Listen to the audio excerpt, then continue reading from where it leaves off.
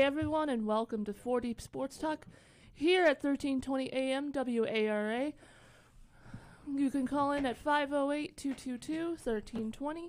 I am Kathleen Conley, aka KC, with Joe Celia on the board today, Dominic Nemiano, and Justin Ferreira, aka the Sports Master. And I believe we have a caller on. Coach, is this you? This is me. This is this is head coach Peter Colombo. Coach, thank you for taking the time. I hope you got a lot of decaf in from that nail-biting overtime win. That was a great game that caused a lot of fun. Yeah, too much fun for my liking, Dom. We need to learn to finish those things in a different way. But it was a character builder, and it's a great win, honestly. Yeah, absolutely. I think you hit the nail on the head when you said character builder. No one knows more than that. At least, you, as far as one of the coaches has been around this high school and, even when you played college ball, know about adversity and overcoming and adapting and all that. But I think the team definitely made, not just winning the game, it made some great strides moving forward. Oh, absolutely. And we had to overcome the loss of our quarterback for most of the second half, who was having the best night of his career up to that point. So, we were doing a little improvisation there with Cameron. We had a little package for him, but we didn't realize that was going to be, all we had, which is what it came down to. We even had a kid who's never played quarterback, because Cam actually had hurt his throwing hand. So he's back there as the quarterback, but really just as a running back, essentially. So not the best conditions to have to win a close game like that. Very, yeah, exactly. I know the guys are going to jump around. They have a bunch of questions. Sure. We have can we grab you for the whole hour? We can take 3 breaks. Can we still do that? I think I can do that, John. Sure. All right. We greatly appreciate it. All right, so let you guys dive in. Make sure you introduce yourself so he knows who he's talking to. So, all right, guys, fire away. Hey Coach, it's Catherine Conley. So one thing that struck me was, you came from a family of 5 kids, and your father, Armand, who was the second winningest coach in high school football history, was the original head coach until 2002. So I wanted to ask you, how did he inspire you to become a head coach? Oh, well, living with the man, he coached me, and I have to correct you, Casey. 5 boys, 1 girl. My sister Beth was flighted, and she's listening, I think, so I don't want anyone to, everyone knows it's 6. I'm the oldest of 6, and my sister right in the middle was a BHS cheerleader. And no, my dad, inspired more than me. Obviously, living with the man and growing up on the sidelines from the time I could really understand the game, I was watching him coach, and over at Archbishop Williams originally. And he had a 10-year career there that people sometimes forget, but the people from Archie's never forgot him. He's in the Hall of Fame. A player of his, Dave Gemelli, as an indication of the way he inspired people. One of the players of his original team at Archie's, David Gemelli, went on to a very successful business career, endowed a scholarship, one of the scholarships at Boston College, where we have had many Brockton High players play over the years and play for the Eagles, is endowed in Armand Colombo's name. So people like Aaron Montero and Jamal Burke and Dominique Williams, when they were playing at BC, they are in fact the recipient of the Armand Colombo scholarship. So he was that type of coach. And, and as I go around and compete, with the many good teams now around Massachusetts that we have to contend with, if you ask those coaches, and they tell me themselves that many of those teams and dads and coaches were inspired by my dad and the great Brockton teams. I think he's the only coach in the state that ever had a number one ranked team. In 1988, unfortunately, we lost the game out at Leominster, but that team in '88 with Rudy Harris and Darnell Campbell was ranked number one in the USA Today poll. So that's an indication of the legacy that I followed.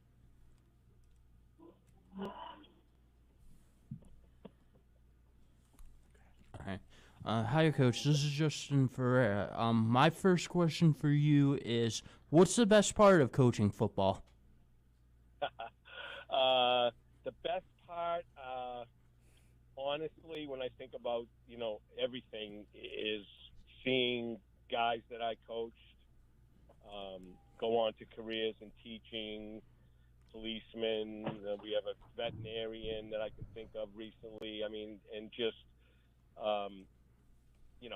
you dream of coaching someone that might play in the NFL, but honestly, in real life is that these guys are going to go on to other careers. And, again, they tell you that football, in the process we go through trying to win football games is the process they use to be successful, in their lives. So that's right up there. The thrill of,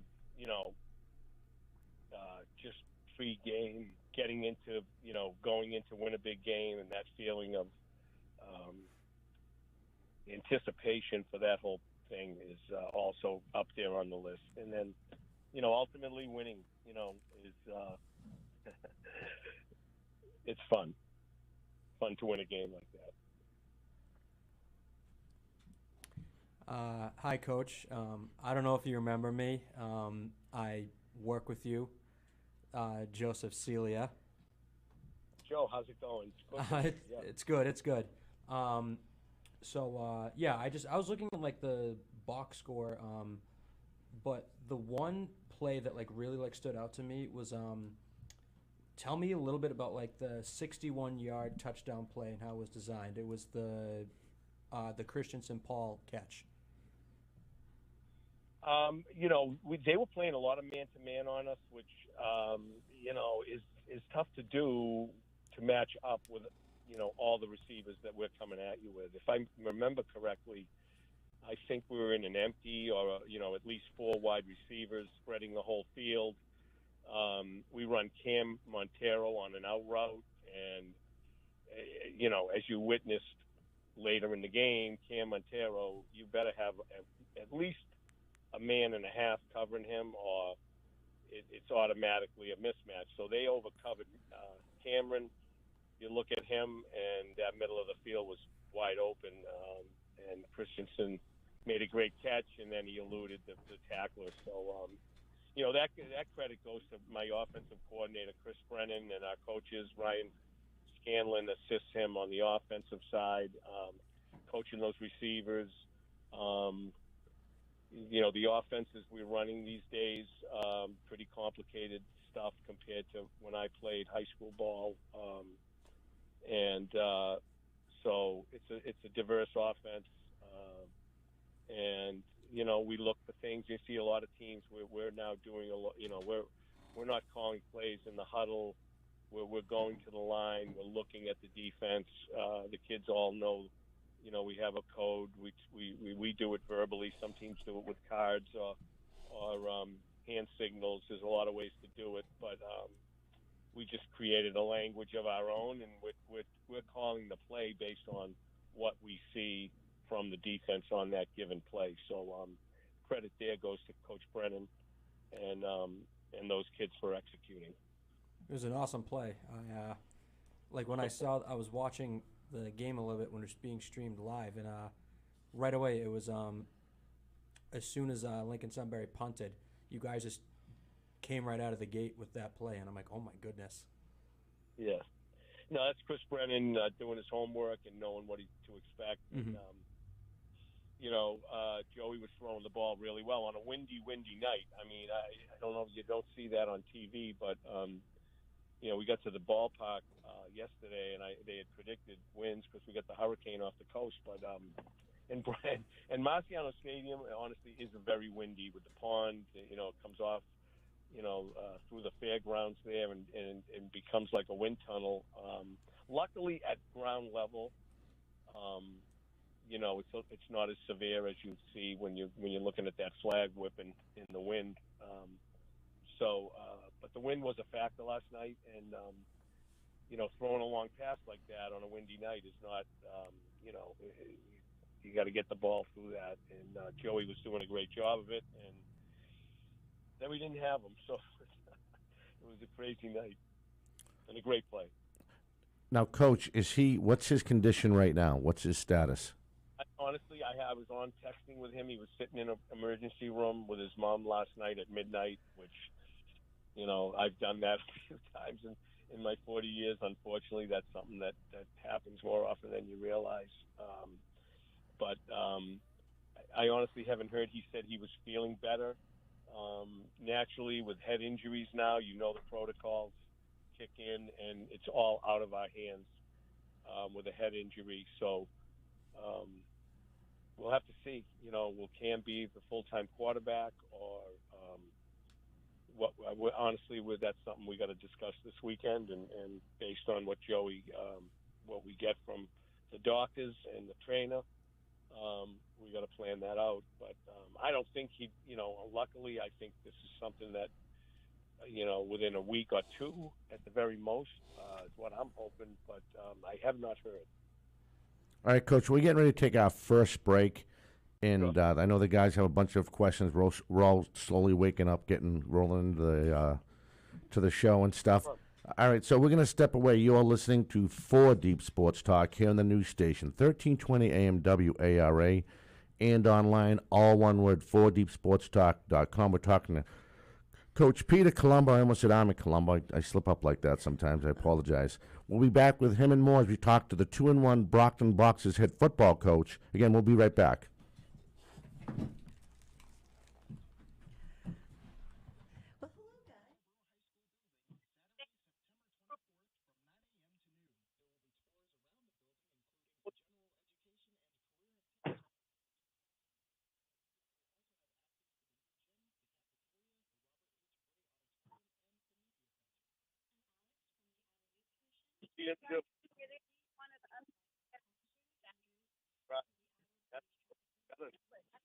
I know what it does. I happen to.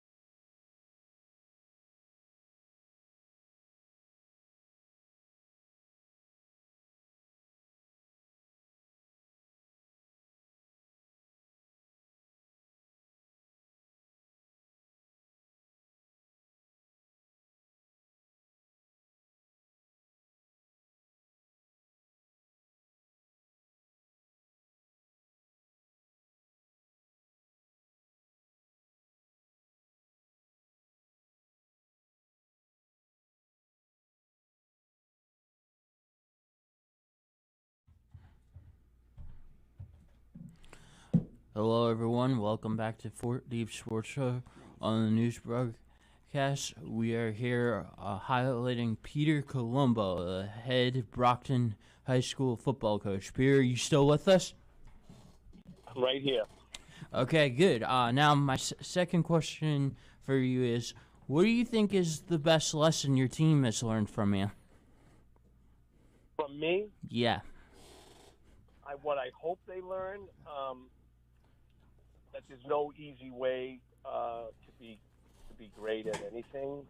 You have to work hard at it. I think football teaches that better than any other sport. As a guy who loves all sports, played baseball well as in fact, I got into college really on my baseball, as much for baseball as football. But I think football, because of the nature of the game and the preparation and the fact that a football team needs all types of athletes to be a good football team. Some guys never touch the ball, and yet, without them, you can't achieve anything. So it's a humbling game. I hope they learn that from me. I'm also a big fan of this country. I hope my players realize how fortunate we are to be in the United States where we play football and have things that I've been around a little bit. My son had an 8-year Army career where I got to, see some things around the country and around the world, and make me realize how fortunate we are to be where we are and in this country with the freedom and the blessings of that freedom. If you want to call in 508-222-1320. Coach, you still with us? So I'm here. Can you hear me? Yes, you broke up for a second. Go ahead. I'm sorry. Repeat that. Yeah, I'm not getting too philosophical or anything. No. No, you're not. That's funny. That's funny. So, to touch on another injury before we go around, I just want to talk about Batista. He went down late in the game on the defense. What's his status? That was before he blocked the kick. Correct. When he went down. Yeah. So, I believe it was just severe cramping. Oh, that's try to avoid, and which we talk about hydration for these guys. Yeah. They have to be doing it all the time, especially with the and again, Friday Night Lights is a great thing. Playing on Friday nights, we had a great crowd last night. I talked to Kevin Cairo. We had a crowd that paid, bigger than we've had in a long time. The guys that I know run our, Snack Shack had a great night. So good. I love Friday Night Lights, but when you think about, what a kid goes through on a Friday, and so at Brockton High School, those kids are in homeroom at 7:21 a.m. So what time you have to get up to get your butt over to school. Let's say you live up in Brookfield, you don't get up at 7 o'clock, and we're not even kicking off till 12 hours later. You add school in there. You add in the anxiety of waiting for a game and all right. that. And it's a long day for these kids. So, and never mind, first week we had to take almost a 2-hour ride to Barnstable before we even warm up. Oh, I hear you there.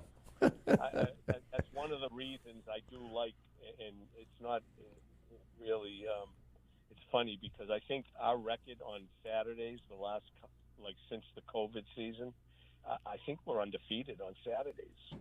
And sometimes I wonder wow. if, mentally for coaches and players, Friday nights we don't get the luxury of the pros who get, a massage, and a training meal and,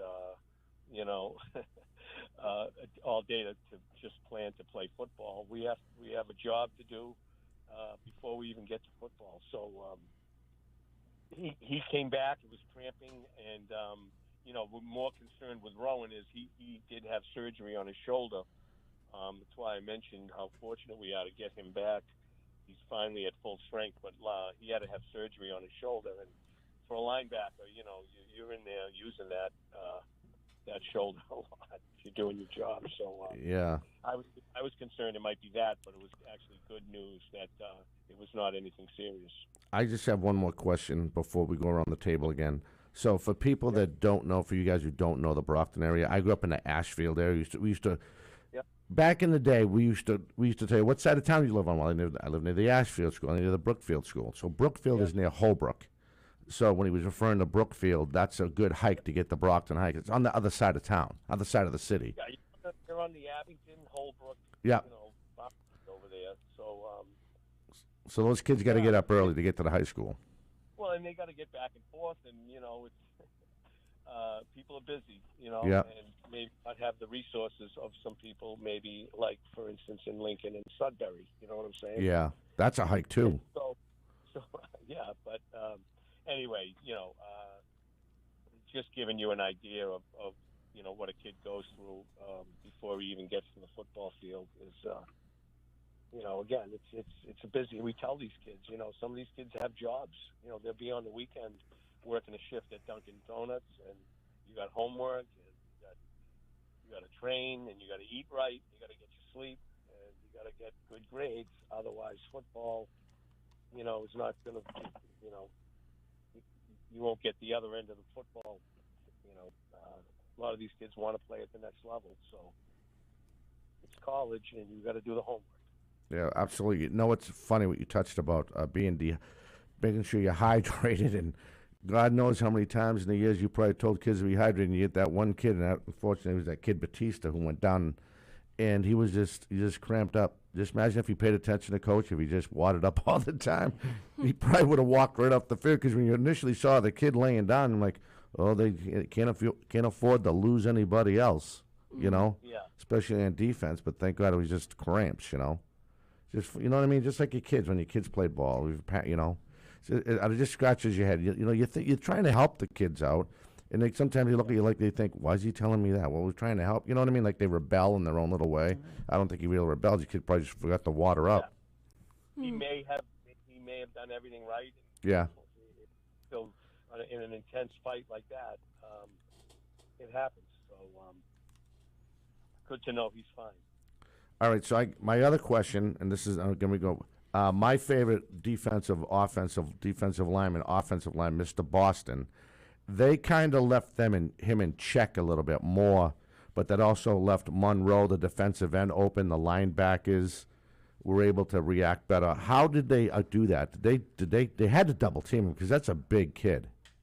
Well, yeah, and going over, we're in there with Giovanni, our big boy Giovanni, who is on the D line too, and another guy that's making a huge impact in our D line is Jamie Chisholm, number 55. He had a pick last night. I mean, linebackers, to be good, it's the job of those guys up front to strike those offensive linemen so they don't get a free release onto your linebackers. And last year we were a little bit light there. One of the reasons we were is Jamie Chisholm, who was often at practice. And I was playing games against teams that are much bigger and stronger than us, and I'm seeing this kid sit there at practice last year, 285-pound, athlete that wants to play football and couldn't due to actually it was, because he was dealing with some high blood pressure, and you don't expect that in a young kid. Right. So we've got him back, and those guys, Mackay Boston, those big bodies are absorbing at least 1.5 or 2 linemen going to protect the quarterback. So now your linebackers are able to run around and make plays. So yeah, you're right about that. Hey, Coach, this is Lucy Cabral. That was quite a game last night. Congratulations, number one. Number two, I was just wondering, aside from the 2 injuries I heard, were there any more? I mean, it was a pretty physical game. I mean, you have your natural soreness and things that come from a game like that. But no, just the quarterback is the one we're concerned with today. Yeah, definitely. Other than that, no, we came out of it clean. Other than that. That's good to hear because it's tough for, a team to not only lose a couple players in play, but to come back and actually play your next game. So I was just concerned. Yep. Good to hear. Oh, we're good to go. Coach, it's Joe again. Do you see yourself more as an offensive or defensive-minded coach? Well, I mean, for my career, I was an offensive coordinator primarily, coaching quarterbacks, specifically. But more and more, as a head coach, I called the plays for many years. I was the head coach and the offensive coordinator. I was blessed to have my good friend Bob O'Neill was my defensive coordinator when I first took over as head coach. And honestly, I was so consumed with the offensive side that I pretty much, not that I didn't know what was going on defense and have the ability to coach both sides of the ball. But so my focus was primarily offensive. 2 or 3 years ago, as Chris Brennan matured as a coach and was taking on more responsibility, he started as my line coach, and then was helping me more and more with game planning and what we were doing offensively. Decided to step back from the coordinating role of offense and let Chris run it. He's done a phenomenal job there, and now I'm able to see both sides equally and be more involved on both sides of the ball, and with the overall running of the football program, because it's not, all in all, I have between paid and volunteer assistants in our freshman program, you're talking about, a total of 150 players, a dozen or more coaches, a trainer. So I felt it was, the time for me to step back and see the big picture and be able to influence both sides of the ball. All right, Coach, we're going to step away. We're going to take our second break. You are listening to 4 Deep Sports Talk here in the news station, 1320 AM WARA, and online, all one word, 4deepsportstalk.com.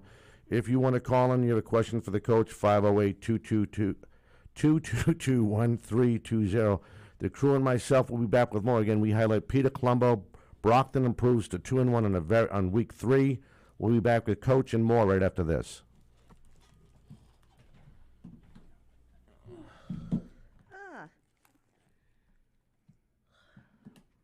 So did the coach from Attleboro ever get back to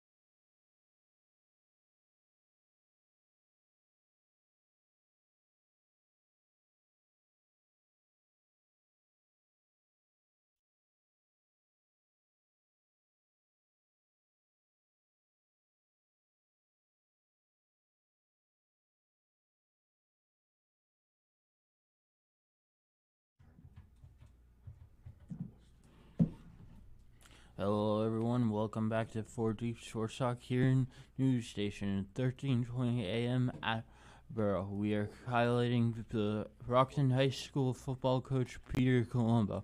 But Peter, you still with us now? I am here. Yes. Okay. The next thing I wanted to ask you is, do you have any expectations for the season of football? I have always have high expectations. I honestly, I believe this is the best group of players. I mean, we are heavily senior led this year, which usually is a good thing. Uh, Last year we only graduated like under 15 seniors, so we anticipated that this season we could be much improved because these guys had to play last year. In other years, if I had more seniors, these younger guys may not have seen the field as much. I say this a lot, but as much as we coach,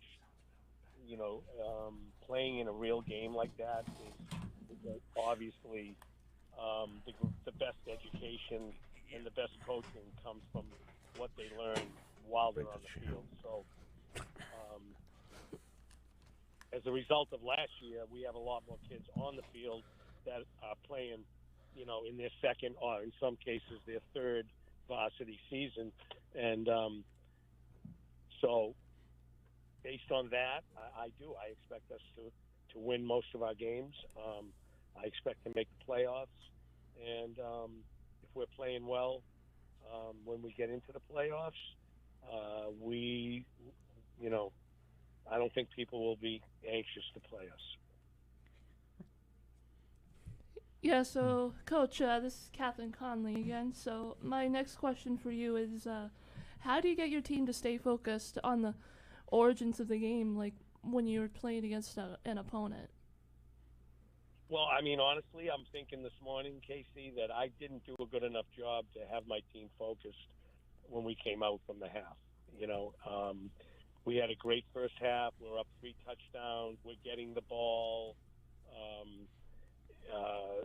And honestly, I expected us to go out last night and score on that first drive, and then, was hoping to get my JV some experience, to be honest with you. And maybe that attitude in me went to the kids, and I can't let that happen. So I'm honestly, as happy as I am with the win today. I'm a little, and I'm going to tell the kids, I think it's on me to make sure that we're ready, to come out at the, second half. And this has been a problem for us, as I look back. And so we're going to address it. And, if we're going to be a great team, we cannot let down and let teams come back from a 3 touchdown deficit. That does not happen to good teams. The good teams I've had did not let that stuff happen. So we're going to address it, and focus is something that you're teaching, and football is again the process of going through a week. Now, Monday we'll be lifting, we'll be breaking down film, we'll be game planning, and then Tuesday, Wednesday, it's a work day to a football player. It's not fun. You got to go out there and 2 hours of work, and what we demand on the practice field is what we want on Friday night, which is, taking every rep seriously, even though it's just a practice. And it's a hard thing to teach. It's a hard thing to learn. I know myself as an athlete. I am going through that, on a weekly basis. You got a paper maybe due on Wednesday, and you're at practice on Tuesday, and you got to go home and get something done after. So it's something we work at all the time, and it's a learning process for every team and every player, but we got to get better at it. So, Joe again. Just my last question: when you went into overtime, what made you guys decide to go for 2? Okay, that's out of my hands because the new rules that we playing, there are no more. There's no 1-point conversions in overtime at the high school level. College is a little different, and but because of course they play from the 25-yard line. We start first and goal. You have to go for two. And honestly, I'm kicking myself because when Cam made that touchdown to put us ahead after they had come back, and now we take a 6-point lead. I've said this before many times too. The extra point kick, and then we saw both sides of it last night at the high school level, is not the same as you see in college, where they make 90, maybe 499 out of 500 most of the time. It's not an easy kick. The wind's blowing. The snap has to be good. The hold has to be good.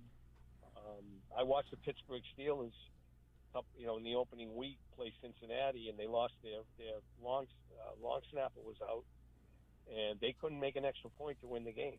So I thought about going for two after we went ahead by 6. Now the other team knows if I have 8 points, the best they're going to do is tie me, and then they have to not only score a touchdown but get 2. Of course, now we miss the kicks, and all they have to do is make the kick, and we block the kick. So to answer your question, that's not my decision in overtime. We went for 2. We put in what we did, which was really effective, as we scored on 2 plays, 10-yard run and then the 2-point. We put our big boys in. We went unbalanced, and we just physically overmatched them at that point. And then, so I think it's something we'll be seeing more of, even though we like spreading the ball out and throwing the ball around to all our speedy receivers. There's times in the game where being able to control the clock, control the ball, not have to throw it and risk interceptions. We're going to be working on that and developing that part of our game because, like I said, we got some big boys that we didn't have last year that, we can come at you with 4 guys, and I'm talking Donovan Monroe, 6'5", 230, Makai Boston, same height, 285, Chisholm, 285, and then I got Giovanni, who's probably 350 pounds that we can put next to him. So we're going to be adding a little more of that to the mix, I think, in the future. It really is impressive when you see Luz Cabral. I don't know if anybody's watching back home on a YouTube stream. I'm not. My dad used to. I'll tell the truth. My dad used to lie about some of the weights. Oh yeah, okay? Coach. I don't have to lie about these guys. No, just look at the game last night and look at other games. It's unbelievable. Monroe's one of my favorite players besides Boston. Oh, Donovan, is another kid. You talk about injuries.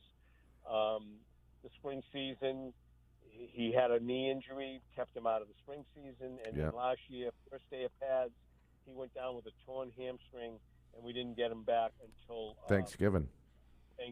So Donovan is, and I'll tell you, if you saw, we haven't got him as involved in the passing game as I think he will eventually become. Yeah. But took a screen pass at Franklin, and he ran by our bench, and I'm like, that's good speed for a big dude. You know what I mean? Yeah. So, he's a great player who's finally healthy, playing both ways. Then we worry about, can he play both ways? Is he going to have another injury? But he's never coming off the field, and I'm so happy to see him playing, and it just makes us a much better team having him. Let me tell you. He does, and to add to that, when they were playing Bridgewater Raynham, and he came in the Bridgewater Raynham game coming off that injury. Kid never lost a step. You would think that you'd be a little rusty. The kid's just focused. Like Coach said, he's a big guy, and he just carried it into this season. And so they lost him and Chisholm, who you mentioned earlier in the first half of this hour. So they had 2 big guys out, and they were still competing last year. Now they have, I think with this team, even in the Franklin game, it's just a matter, it comes down to execution. Because Coach will tell you, when you shoot yourself in the foot and you give the ball back, you got to hope your defense steps up. And they did in the Barnstable game. They came up too much time defensively on the in the Franklin game on defense. so they really didn't get a chance to get the ball rolling. And then last night, it was just came down to execution. And Coach told me before the game, he said, just because Lincoln Sudbury is 0-2, don't think that these guys can't play football, because they're a very talented team. I also found out some information that they were 0-2 partly because they had 4 players last night who were in suspension due to a summer infraction of some sort, and were suspended for 2 games, and they got them back last night, including, and maybe you know the kid's name, Dom. I was very impressed with their number 4. Yeah, that's Greenfield. That was Greenfield, yeah. I mean, I shook his hand after the game and told him, he's a great football player. So I believe he was one of the boys that was not playing for them the first 2 weeks. So, that made a difference. And they are going to win. They're going to win some football games. And they are a very good now 0-3 team. They really are.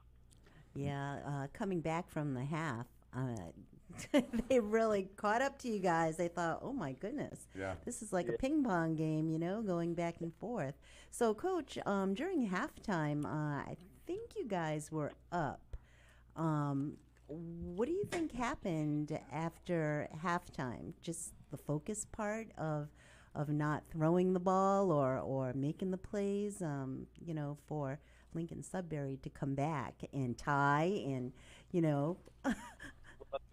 Right off the bat, we're getting the ball. We know we've been moving the ball all night, and I think it was number 4. I think it was Greenfield ripped the ball out of our running backs. Right. Yeah, he did. And of course, as a coach who's down 3 touchdowns, which the week before we were in that position against Franklin, and in my head we were kicking off to them last week, and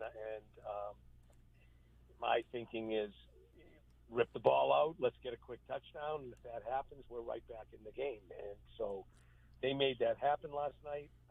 As I mentioned earlier, it's a natural tendency to be up 3 touchdowns, and your quarterback spinning the ball all around, and we got guys, scoring 60-yard touchdowns. And, you say stay focused and stay, determined, but it's a natural thing to take your foot off the pedal a little bit.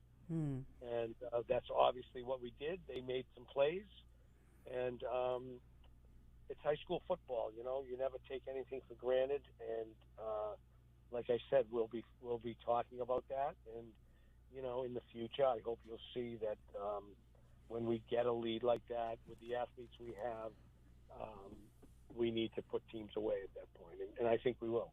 Absolutely. All right, Coach, we're going to take our last break. We still have you? I'm right here. All right, very good. All right, so we'll step away one last time. We're talking to Head Coach Peter Colombo from Brockton High, currently 2-1 in Week 3. We'll be back with him and more right after this.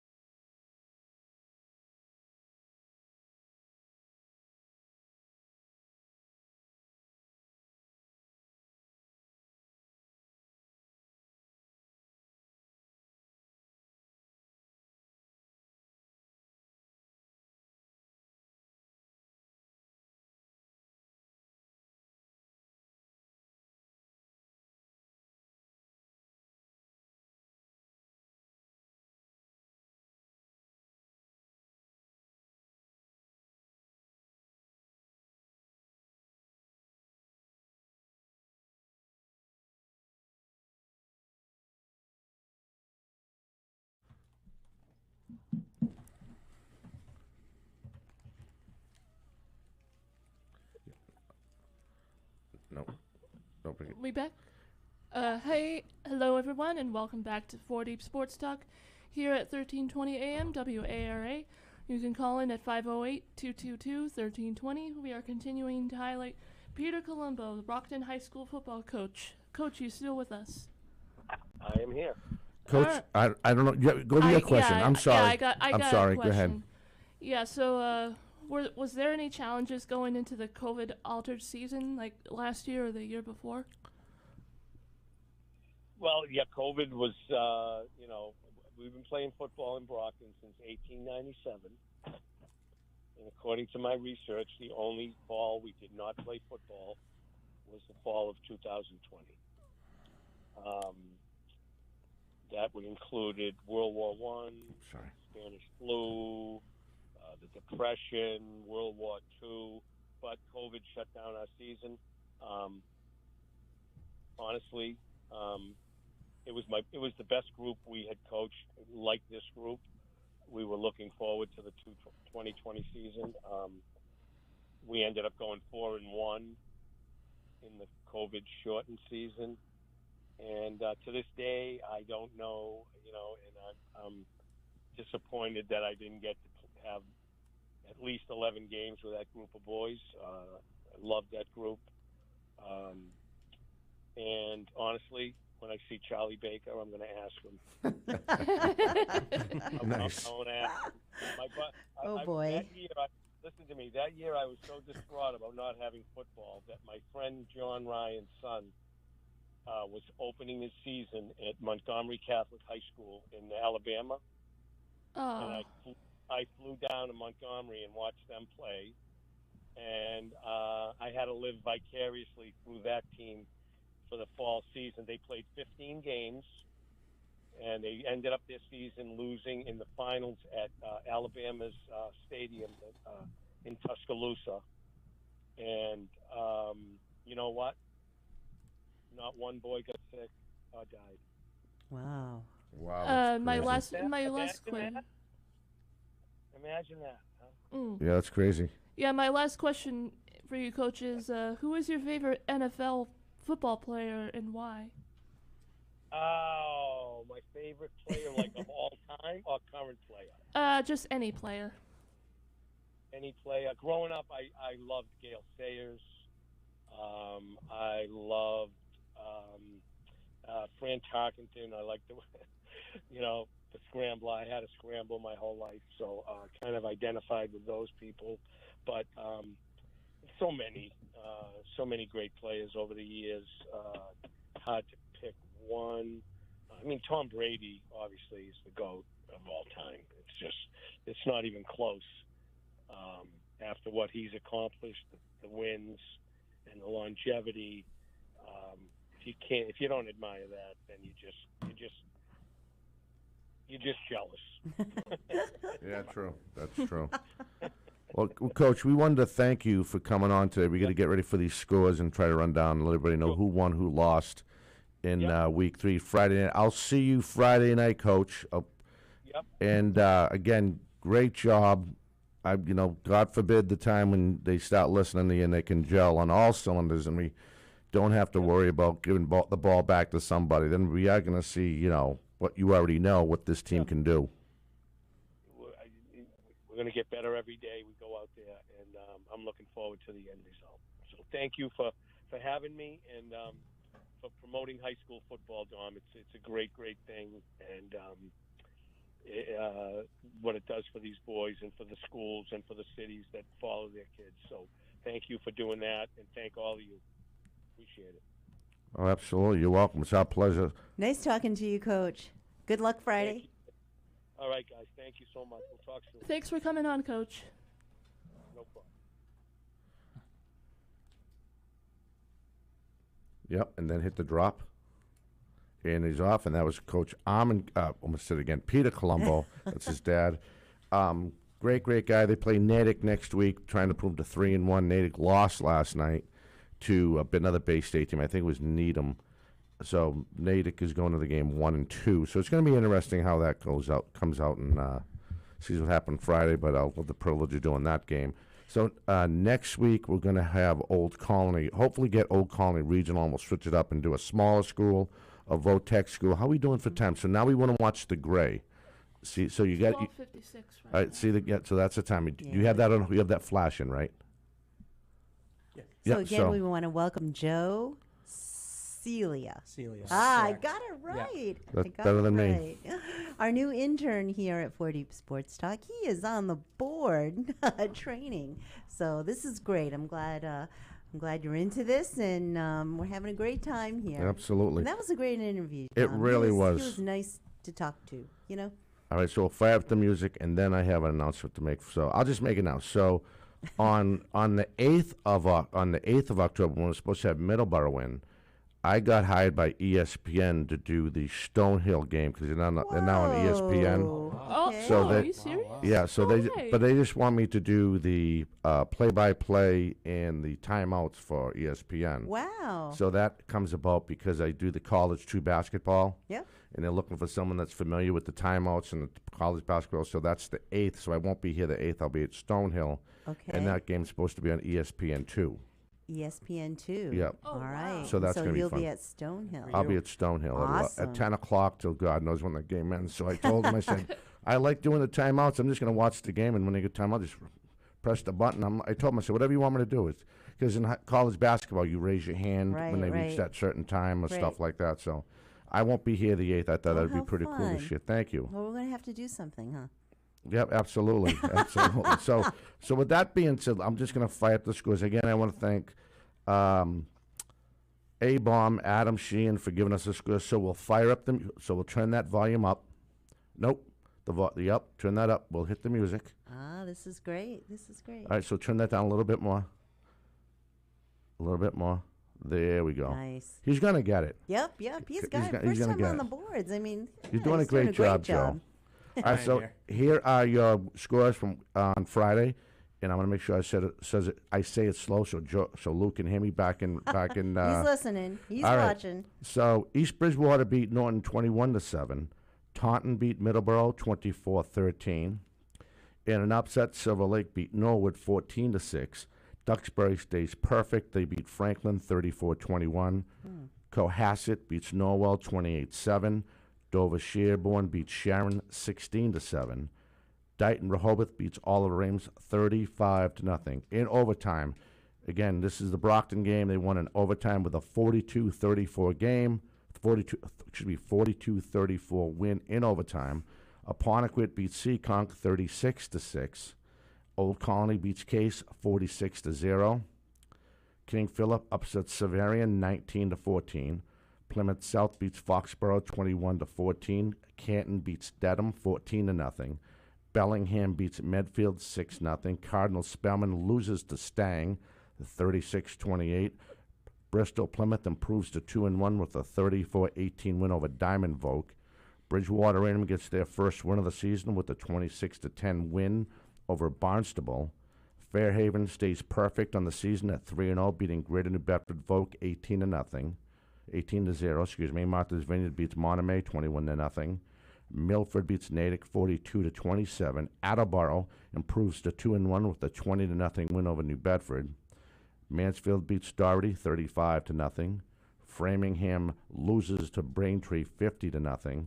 South Shore Vogue beats Upper Cape Tech 6-0. Marshfield beats BC High 24-0.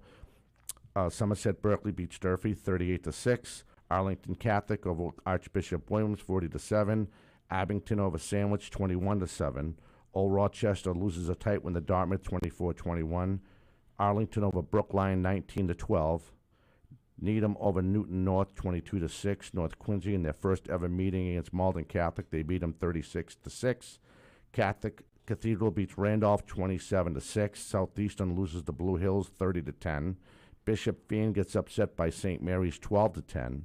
Hanover beats Stoughton 51-14. And Whitman Hanson has their first loss of the season 25-20 to Rockland. Hull beats Boston English 35-8. Wareham loses to Murdoch 42-14. Holliston loses to Milton 42-6. Millis beats Roxbury Prep 30-8. Ashland beats Wayland 28-12. And finally, Winthrop beats Medway 28-6. So we can bring that music down, and I think it's time to go, right? Yeah. All right, for that being said, for all of us at 4 Deep Sports Talk, we will catch you next time. Everyone have a fantastic weekend.